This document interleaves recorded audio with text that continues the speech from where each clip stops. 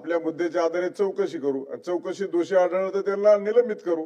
पण तुम्ही जर आताच निलंबित केलं तर ते परत उद्या कोर्टामध्ये जाऊन स्टे, तुमचा हेतू साध्य होणार नाही. आणि म्हणून मला असं वाटतं की माननीय मंत्री महोदयांनी अतिशय सकारात्मक उत्तर दिलेलं आहे.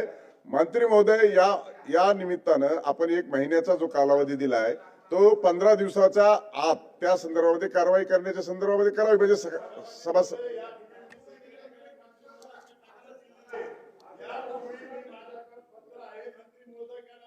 मी तक्रार केली. म्हणजे प्रत्येक तक्रार जर करून जर सदस्याचा अपमान होत असेल ते सभागृह कशासाठी? अपमान होणार नाही.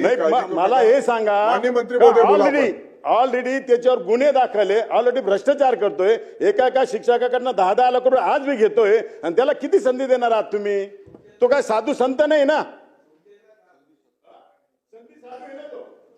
बसा बसा, साधू संधी बसा.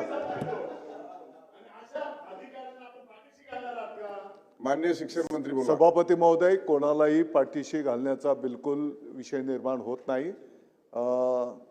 आपल्या सगळ्यांच्या भावना पाहता त्या अधिकाऱ्याला निलंबित करून त्याची चौकशी केली जाईल.